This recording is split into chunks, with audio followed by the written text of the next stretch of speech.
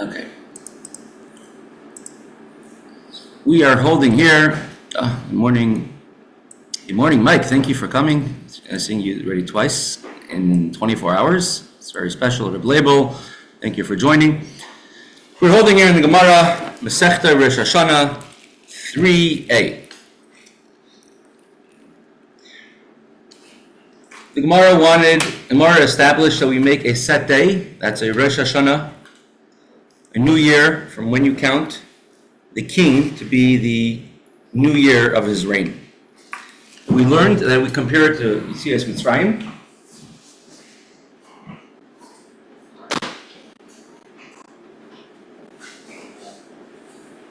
We compare it to Yetzias Mitzrayim being that when Shlomo HaMelech, King Solomon, was coronated as king, they counted it both from the year of his reign, the fourth year of his reign, and the 480th year from when they left Egypt. We brought a proof from the passing of Aharon HaKohen that the month that's considered the new month for when the Jews left Egypt is a month of Nisan. It has to be the month of Nisan because, just fix that echo a little, because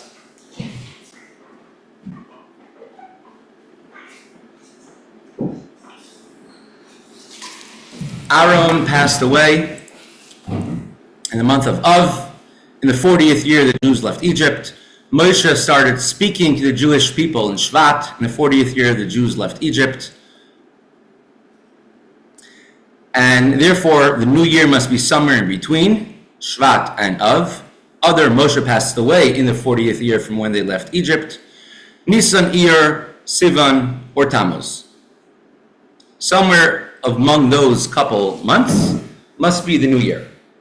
Now, the new year for the kings and leaving Egypt is the 1st of Nisan. And for the sake of clarity, it just makes sense not to make a Rosh Hashanah in the middle of a month, on the 15th of a month. So although the Jews left Mitzrayim, Egypt, was actually in the middle of the month of Nisan, the 15th day, but unless we're absolutely forced to make a Rosh Hashanah in the middle of a month, like Shvat, the new year for the trees, as the Gemara will get into that topic later, we try doing everything in the least confusing way, so we do on Rosh Chodesh Nisan on the 1st of Nisan.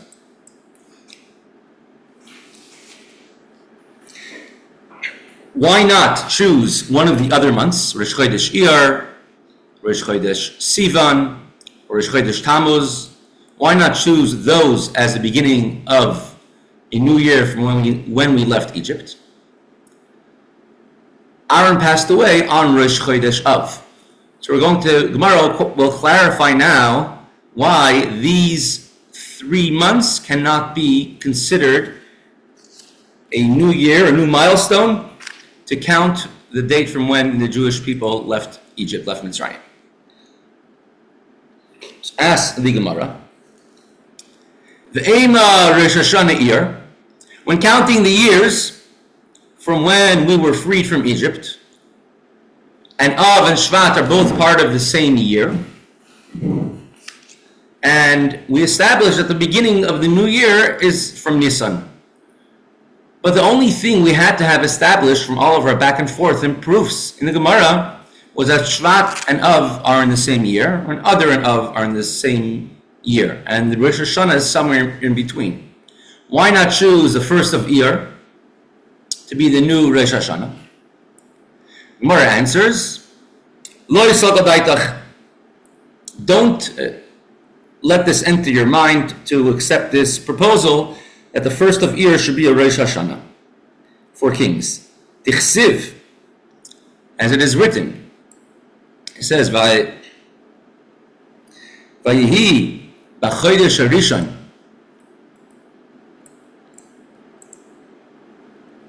at the very end of Parshas Pekudei, and it was in the first month. The first month is Nisan.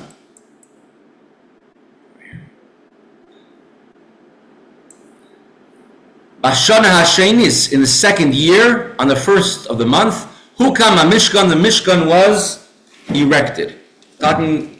So the Mishkan, I'll go to our timeline. Right, the Mishkan was, the tabernacle was from the year 1314 before creation, in the year 2449. It was built 11 and a half months. It was dedicated, erected 11 and a half months after the Jewish people left Mitzrayim, left Egypt. They left Egypt on the 15th of Nisan in the year 2448. On the 1st of Nisan in the year 2449, the Jewish people dedicated the Mishkan. The Torah states it was dedicated on the first month of the second year. So Rosh Chodesh Nisan is the first of the months of the year, as the Mishnah stated. Hashem told Moshe Rabbeinu on Rosh Chodesh Nisan in Egypt, HaChodesh hazeh lechem Rosh Chodashim, this month of Nisan is the first of the Jewish months of the year. So the second month is, Nisan is the first, Iyar is the second. Be'echad HaChodesh, on the first of Nisan, in the second year that they left Egypt, the Mishkan was put up. Now, based on this, we must say that Rosh Chodesh Iyar cannot be the beginning of a new year. Uchsiv, Bayihi Bashana Hasheni Bachodesh Hasheni Na'al Ha'anan Me'al Mishkan Ha'edus. So the Jewish people camped by Har Sinai for quite a long time. And many things happened by Har Sinai. They got the luchos, the first ones. They sinned with the golden calf. They got a second luchos. They kept on receiving more and more mitzvahs. They built a Mishkan. They dedicated it. And finally, in the second year that they left Egypt, in the month of Iyar, on the second of, on Chaf Iyar, the cloud, which was always stretched out over the Mishkan, rose, left, and whenever that happened, it was a sign, it's time to move, we're about to leave, we're about to break camp. On Chaf Iyar, that's when the Mishkan, the cloud of Hashem left the Mishkan, when they're still by Har Sinai, and they got in the second year that they left Egypt. So having established these two facts, that the second year the Jews left Egypt, 11 and a half months after leaving Egypt, was during the second year, on Rosh Chodesh Nisan, the cloud went up, and from the second year the Jews left Egypt, they traveled away on Chaf Iyar. Having established these two facts, Medikai ben Nisan v'Karila Bashana Hashenis. They were in the month of Nisan. From the fact that when the Torah speaks about the month of Nisan, it refers to it as a second year from the time they left Egypt. Biklal v'kayi be'iyar v'karila b'shenis. The second verse speaks about the month of Iyar. The cloud left, and it was also in the second year, in the month of Iyar, the second year from when the Jews left Egypt. Miklal the Rosh Hashana lav Iyarhu. You cannot say that the first of Iyar would be Rosh Hashana, a new year for the counting from when the Jews left Egypt, because otherwise, an event which took place in the month of Iyar after the first event, which took place in the month of Nisan, would have had to be counted in a different year to the count of when the Jews left Egypt. So leaving Egypt, counting a new year, the first year, the second year, cannot be on Rosh Chodesh Iyar. And the Gemara takes it for granted. We count on a Rosh Chodesh on the first of the month, so we have a month being in one year, a month being in the other year. So the Mishkan was first put up on Rosh Chodesh Nisan in the second year they left Egypt. So the Mishkan was put up for the first time. The Mishkan was existing on the 20th of Iyar in the second year when the cloud moved off of the Mishkan, told them it was time to travel. It was also in the second year. So for sure, the second event of the month of Iyar had to have taken place after the first event in the month of Nisan. Here they built the Mishkan in Nisan. Iyar, the cloud left a already standing Mishkan, and it's both in the same year. We cannot say that Rosh Chodesh Iyar was a cutoff date, because otherwise it would have been the second year from when they left Egypt, and at least the third year from when they left Egypt. The fact that both events happened in the same calendar year from when they left Egypt shows that Rosh Chodesh Iyar cannot be the new year for leaving Egypt. Consequently, it cannot be the new year for counting the reign of a king. Sternated, Shalom Aleichem. Having established that the new month, the month which begins the new year for the count of how many years a king reigns, a king is in power, does not start on Rosh Chodesh Iyar, and it must be between Adar and Av on a Rosh Chodesh. So the Gemara will now ask about the other months, maybe the month of Sivan. Ask the Gemara, Ve'ema, perhaps, let us say, the Rosh Hashana, the new year for this purpose of counting. When did the Jews leave Egypt? The new year begins on the 1st of Sivan.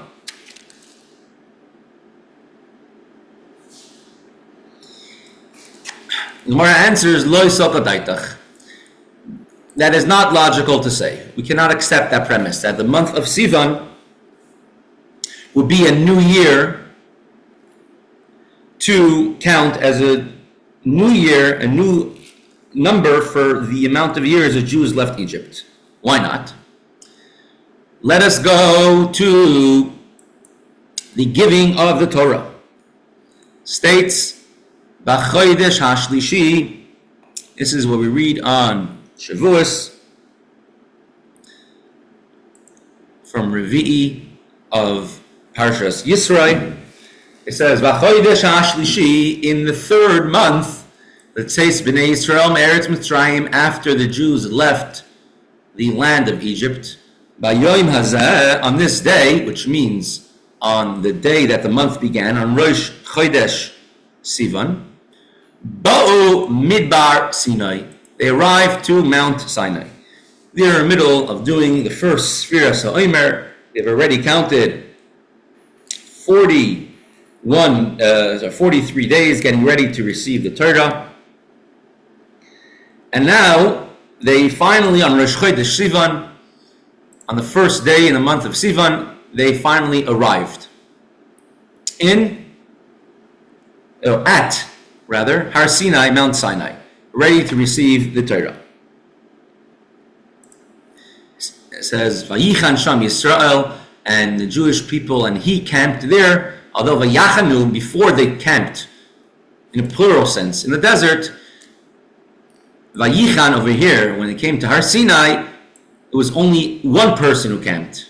Although it was a whole nation, they were all getting along together, and they were united. There was no arguments and fights for the first, and so far, only time in Jewish history.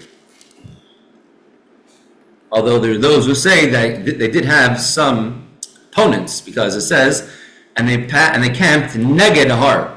Neged means in front, it means opposite, against. At least they were all united against the mountain. On Rosh Chodesh Sivan, the year the Jewish people left Mitzrayim, 3 months, in the third month after they left Egypt, they camped by Mount Sinai. V'im Isa, and if Rosh Hashana, if you're starting to count a new year for the number of years, from when of counting the years of how long it has been since they left Egypt, from the 1st of Sivan, then it should have stated differently, should have said, "B'chodesh hashlishi b'Hashana shenis l'tzeis b'nei Yisrael me'eretz Mitzrayim mi'ba'ilei." It should have stated in the third month in the second year from when the Jews left Egypt. Because Sivan is also would not just be a new month, but also a new year. This verse is taking it for granted, as is all the previous discussions, everything else that Torah tells us before, about Yisrael and about how they're finally leaving Egypt. This pasuk, this verse, is a continuation of things that happened during the first year they left Egypt. And that's why the Torah doesn't have to tell us what year it is, because we're talking about the year that we've been talking about the last 4 parshas.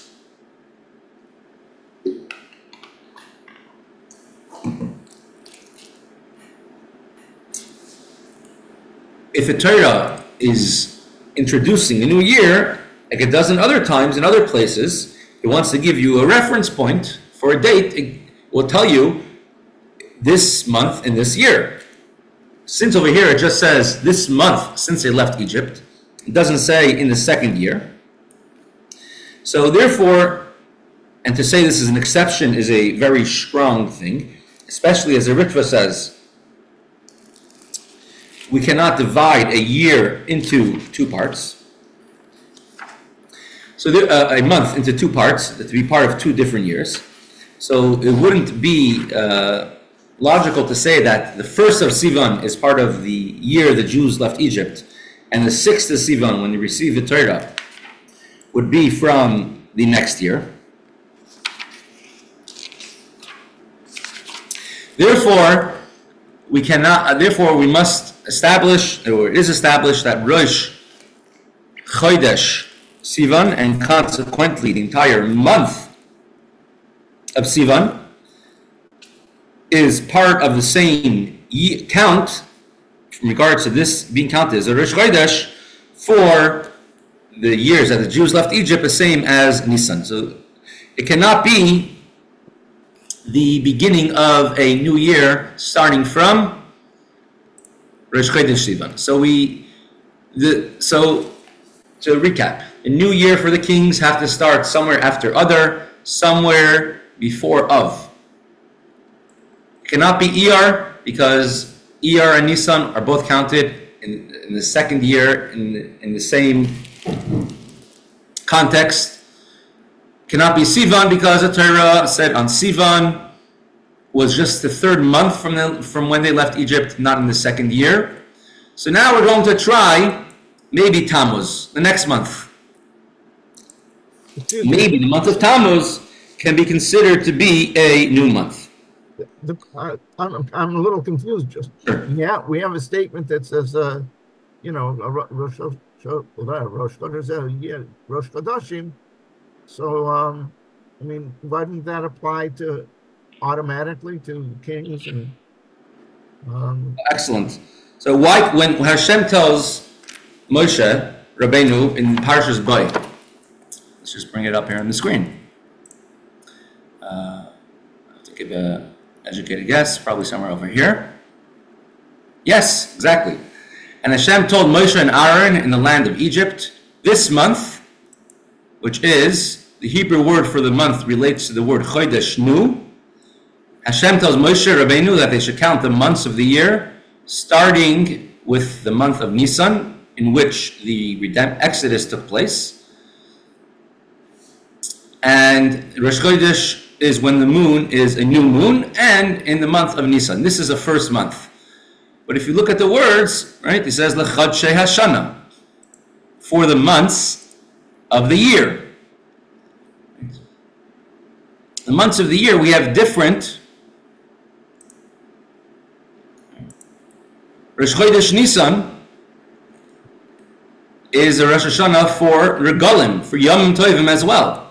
So for the months of the year, counting the months of the year, which could be for Yom Tov, and that would be if someone promises, I'm going to donate something to the Beis HaMikdash, so you have to do it before 3 Yom Tovim of a year pass. So when do you start counting the new year? So it could be 4 Yom Tovim or 5 Yom Tovim. There's 3 holidays a year, Pesach, Sukkot, and Shavuos. So you would start counting regalim for holidays. You would start counting from Rosh Chodesh Nisan. So Chadshei Hashana of the year. But to count for Melachim, for kings, which is based on what year we left in Mitzrayim, maybe it's a different count. Not necessarily. From where do we have a definitive proof that it should be also for, let's say, Bnei Yisrael Me'eretz Mitzrayim, from when the Jews left Egypt?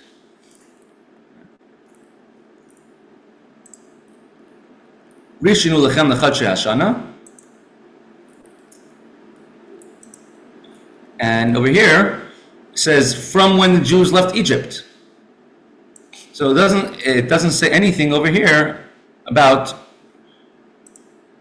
Rishinu lechem liyetzias Mitzrayim, that for the leaving of Egypt. So it doesn't say anything about that. So if it's not definitive, we can't bring it to apply to that. Okay. Thank you.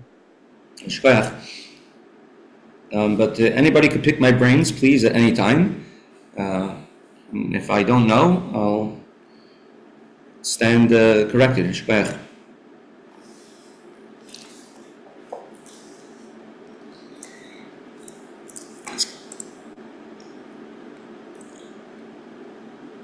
So why not Sivan? Because Sivan is called the 3rd month from when the Jews left Egypt.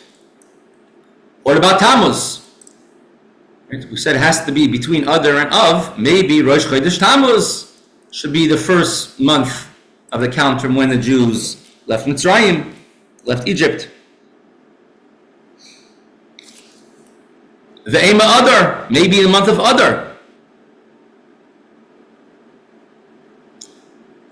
And the Gemara is like, at this point, when it's asking questions, it's not really asking these questions with a strong backing to it. These are sort of not regular questions like all the previous ones. Because you could say perhaps some of the other Rosh Chodeshes had a special uniqueness to them. A positive reason why you should count them as the beginning of a new year. Rosh Chodesh Sivan, they came to Har Sinai. It's a big milestone. Rosh Chodesh Tishrei, before we said they stopped slaving, stopped working, having to do hard labor in Egypt. But these months don't really have any strong reason why you should count them as a new year for the kings.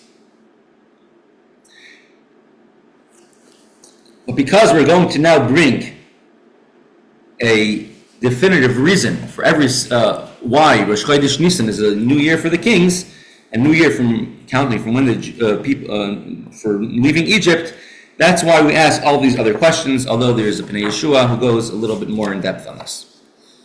So why not count Tammuz as a new year for kings? Why not the 1st of Av? Aaron a Kohen passed away on the 1st of Av.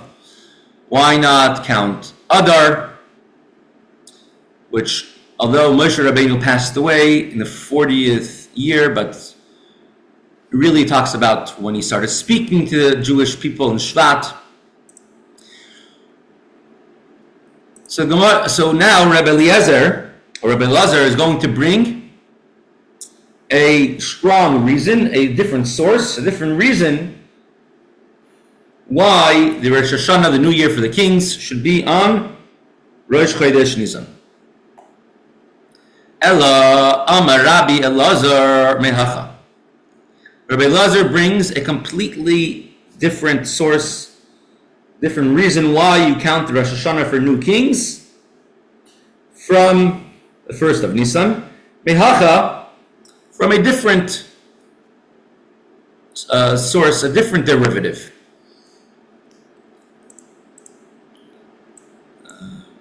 I thought I did bring it up here before.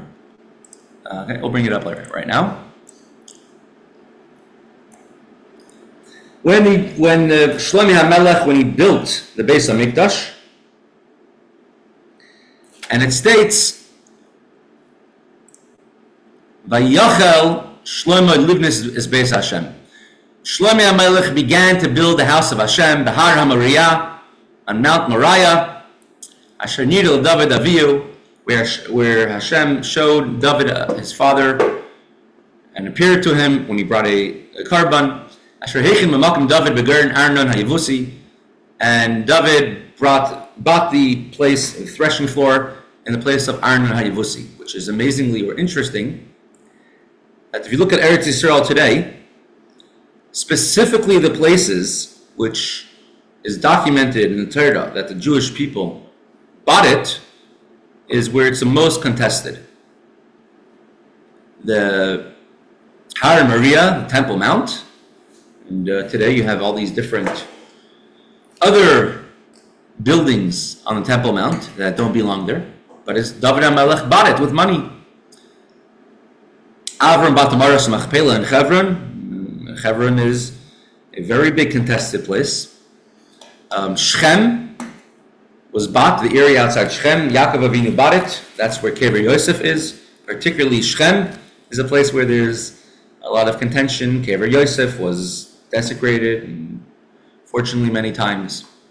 But these are places which were actually documented in the Torah that they were bought with money, belonging to us as an achlas olam. And it states, "Vayachel Shlomo livnes b'chodesh hasheni b'sheni b'shnas arba l'malchusay." In the 4th year that Shlomo HaMelech was a king, on the 2nd day of the 2nd month, he started to build the Beis HaMikdash. Now, it says on the 2nd of the 2nd. 2nd of what? My Sheni. What does it mean, the 2nd? Lav does not mean that the 2nd month, which is the month of Iyar, because Rosh Chodesh Nisan is the 1st month of the year, so the 2nd month must be Rosh Chodesh Iyar. Sheni leyerach shemoinin by malchusay. This was the 2nd month of Shlomo HaMelech's month that you're counting that of his reign. Meaning that you start counting his reign from Rosh Chodesh Nisan, and now in the 2nd month, which is also the 2nd of Sheni L'Malchusay. So in the 2nd month, Basheni B'shnas Arba L'Malchusay, Basheni in the 2nd month of the 4th year of his reign. And from there, you would understand that the first month of the 4th year of his reign is Nisan. And from here would be the reasoning of the proof that you begin to count New Year's from Rosh Chodesh Nisan, New Year's for a king.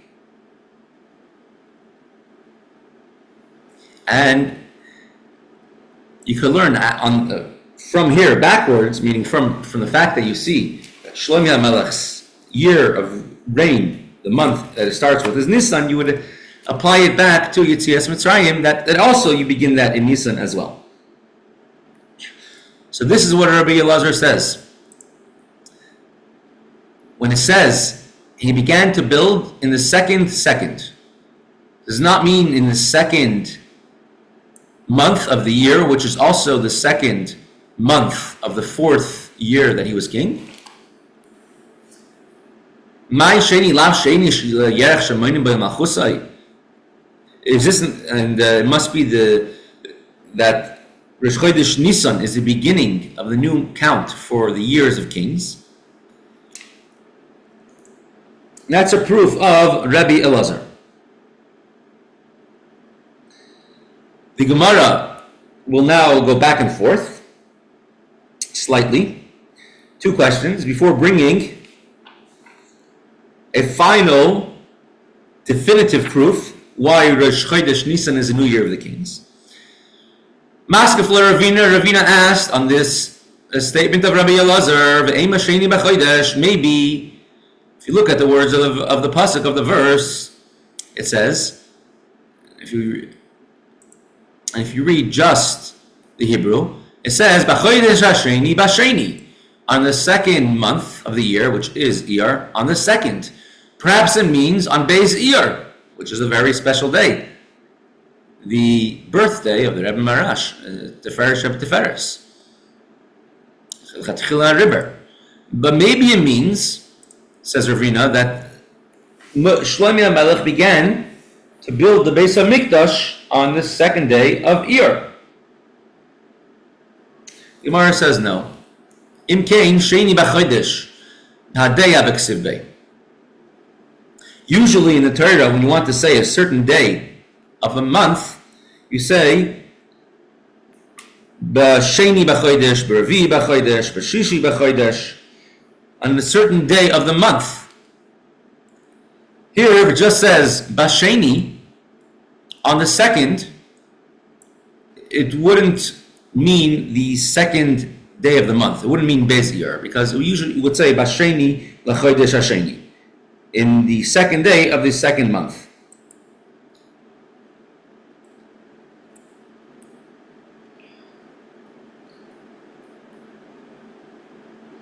And just to bring up one example over here. Let's do there's many examples. With just one example in Yecheskel. We brought this pasuk several times before. It says, Yecheskel says, I had the word of Hashem appeared to me B'Hashana Atchiyas b'chodesh Asiri b'Echel HaChodesh, in the 9th year from when he was in Galus, in the 10th month, that'll be in the month of Shvat, Asr l'chodesh, on the 10th day. So on Yud Shvat, he had this vision, the word of Hashem came to him saying. So when we want to reference a day of the month, you say Be'esr l'chodesh, the 10th day of the month.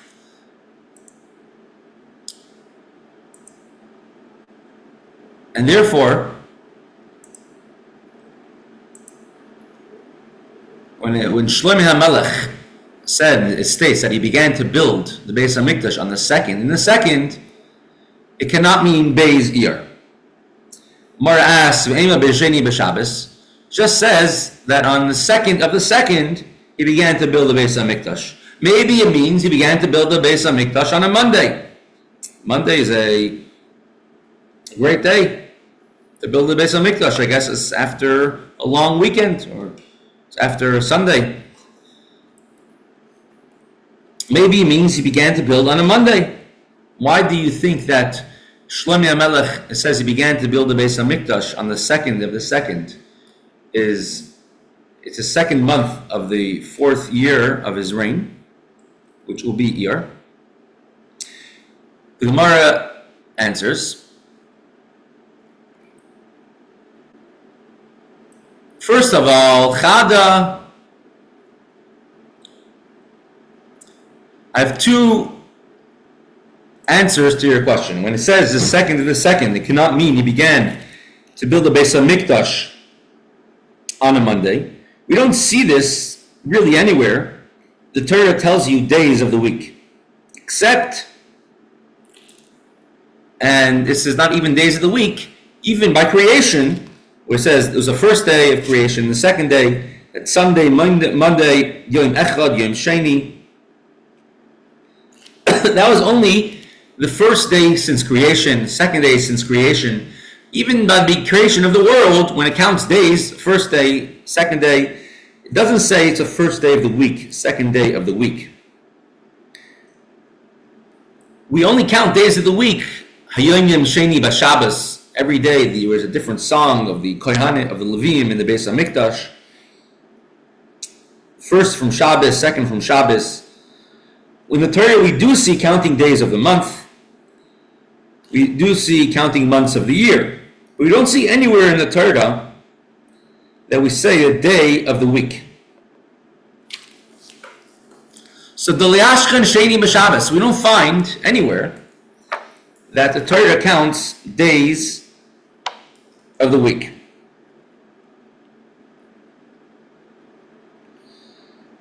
We don't find names for the days of the week either in the Torah.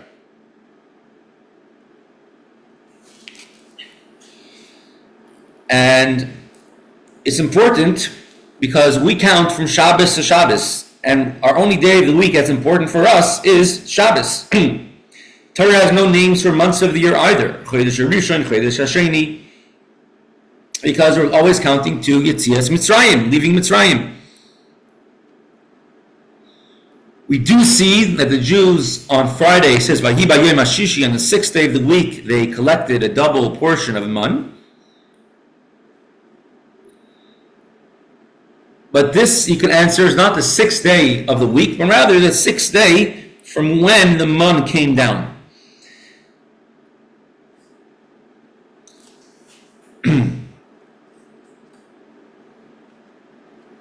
We do see, for example, when it came to in the Megillah by Purim, it says that Haman wanted to destroy the Jews, and it tells you what day of the month of Adar. But, however, that's a month of Adar, uses the Persian name of the month, Adar, because the Torah does not have any names for the months. Chodesh Rishon, Chodesh Sheni, Chodesh Shlishi, Chodesh Asiri. So Adar would be the Chodesh Shneim Asar, the 12th month of the year. So you'll find in the Megillah, in a certain day of the month of Sivan, in a certain day of the month of Adar. Those are not to the Hebrew names. So you don't find anywhere in the Torah that you find days of the week being counted. So therefore, when by Shlomo HaMelech it says he began to build the Beis HaMikdash on Sheni, the second of the second, cannot mean the second day of the week, Monday, because the Torah does not count days of the week in this context.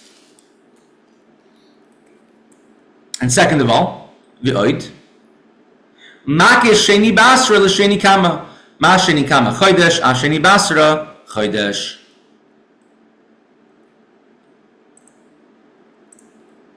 If you look at the verse, it says that Shlomo HaMelech built the Beis HaMikdash on the second of the second. And one of the ways the Torah is expounded, is understood, is when two things are together, you compare them. So, B'chodesh HaSheni, B'Sheni. Two words, Sheni, are together. Sheni, two. It's going to tell you that both of them are talking about the same second. Not second day of the week, not second day of the month, but rather second month of the year. And as it's known by Chassidim, we have three Shenis, 3 seconds. We have Pesach Sheni, second Pesach. We have Cheder Sheni. In every shul, Chassidish shul, there's a second room, and the people who davened at length after davening, they would go to daven in the second room. And Nefesh HaSheni is a second neshama.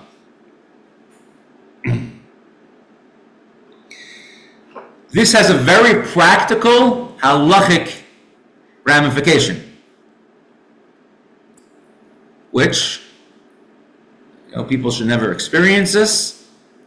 But if someone is divorced, and on the get, on the divorce document, you write what day of the month it is. So you say month, whatever day of the month of Tammuz, of. But it doesn't make a difference. It's not necessary to write what day of the week it is. And if it doesn't say what day of the week, if it's a Monday or Tuesday, it doesn't invalidate, and you don't have to really, we do it for clarity generally, but you don't have to write what day of the week it is in a get, in a divorce document, being as we see that in general we don't pay so much attention to the days of the week, if it's a Monday or a Tuesday, whichever day it was. We will continue now, in 10 minutes left, we will continue with the Maimer. And if my camera doesn't work, I hope this works at least. Let's make this full screen.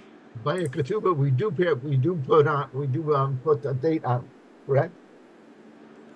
You put again? The ketubah, we do put the day of the week, don't we? Right, so we generally, with ksuba, we do it, and even on divorce documents, you do it. No. For extra clarity, and an extra sign. But if it was missing, it doesn't invalidate it. If it's missing a day of the month, then it does invalidate it. It's liikuva. It's like even with the eved, you can't be missing a day of the month.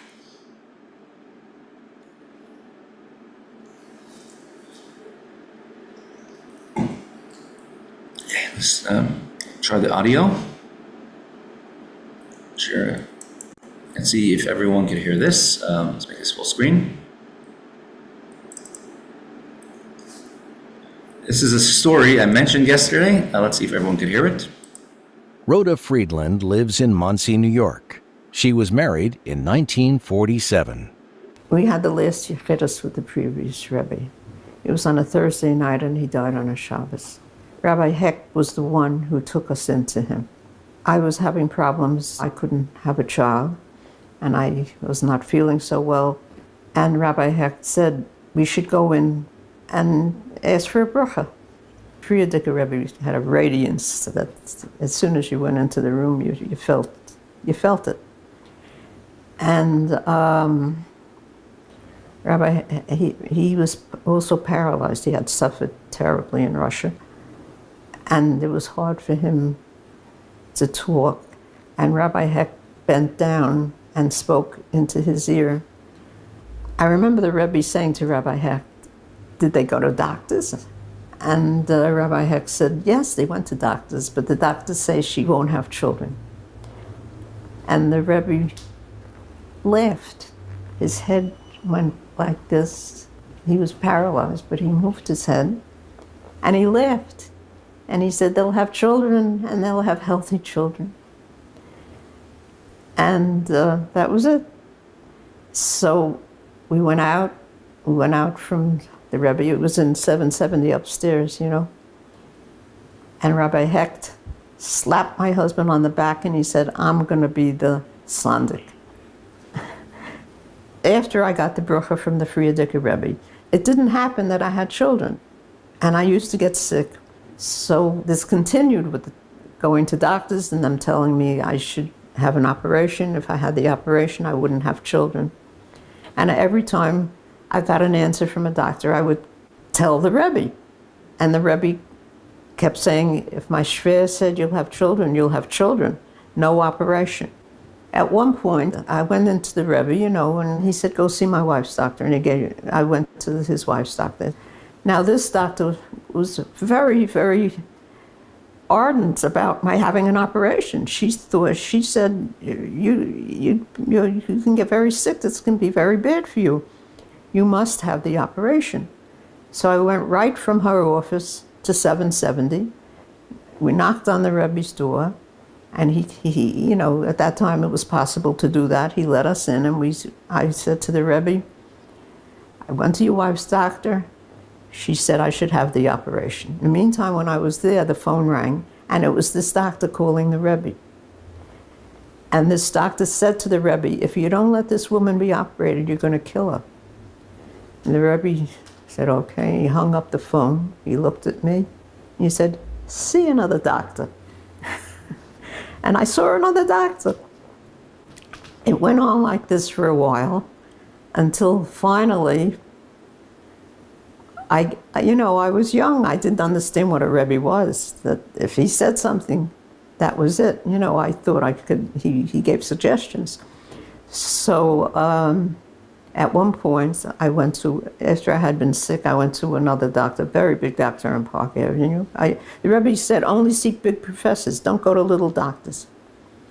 And I went to this doctor, and after the examination, he without asking me, he went to the telephone, called Mount Sinai Hospital, and booked me in for 2 weeks to have an operation.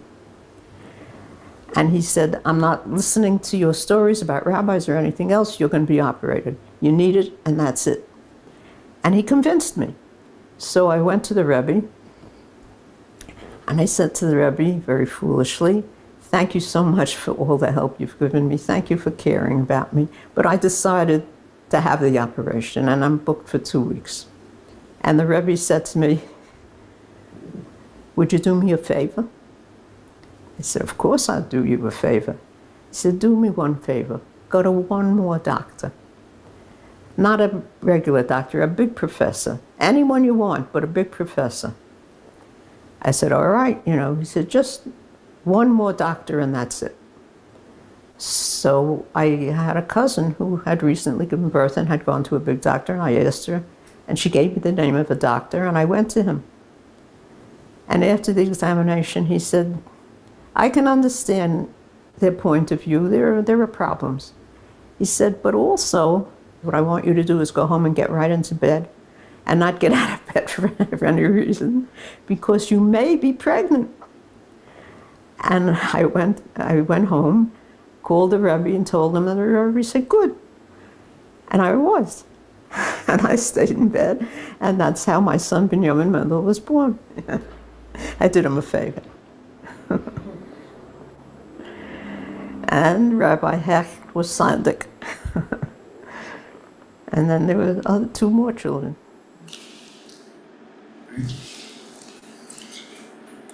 What was the Rebbe trying to tell Mrs. Friedland? The Rebbe wanted to get her past the Elikim. The doctor says this, the nurse, the professionals, the science says that. The doctors were not wrong, the doctors were right. And when you're looking at Elikim, you're looking at nature, that it has a substance to it, then things are very scary, very formidable. However, the Rebbe was elevating and constantly Mrs. Friedland, and to strengthen her emunah, till she herself, having already resigned to have the operation, which would never let her have children, and then finally going beyond that, and then that's as soon as she was able to reach past any scientific solution, suddenly they're able to have a miracle, and able to have children, and 1 child and 3 children. And Baruch Hashem, she was alive and well, passed away at the age of 86 a couple of years ago. She lived long years, she had children, Baruch Hashem. To receive the beracha of Hashem, it's dependent on how we observe the world. And scientifically, there's studies about this, that the way you observe certain particles is the fact that you observe them actually makes them react in certain types of ways. The Alter Rebbe, the night that he passed away, in the Motzei Shabbos, the Alter Rebbe made Havdalah, and his grandson Tzemach Tzedek, they're in the village of Piena, where the Alter Rebbe passed away after having escaped from Napoleon for many months. And the Alter Rebbe was listening to his grandson Tzemach Tzedek davening Ma'ariv, and Tzemach Tzedek was raised in extremely close bonds with his grandfather, the Alter Rebbe, and the Tzemach Tzedek was singing a very sad niggin while davening Ma'ariv, because he saw what was happening. The Alter Rebbe passing away, and the Alter Rebbe was quite clear that he's going to pass away that night. And after he finished davening Ma'ariv, just a few minutes before the Alter Rebbe himself was installed, the Alter Rebbe told the Tzemach Tzedek, the way you act affects reality. Don't sing songs that are atzvos, meridos, depressing, nigunim. The world is like a mirror. When you have an image of sadness, then the world responds in the same way. That's what comes back to you. Because the chayas, the life, the energy that's given to you, mirrors what you do, how you act. It says, and we're in the month of Elul, where It's Rusa de la Eila, Rusa de la Sata. We have upper, higher awakenings, lower awakenings. And what's given to us reflects of what state we're in. And if we're in a simcha-dika state, a bright, happy countenance from below, it's going to shine from above. And if it's sadness from below, it could correspondingly give the same from above. So how we approach and how we look at things changes what will happen on the ground. And so to look as science as the beginning and the end, look at nature as the beginning and the end, that's how one will receive. But to go look past the Elikim, the limitations, and get to the Havaya, in turn, Hashem will bring down Havaya as well. Bring down the tremendous brachas. And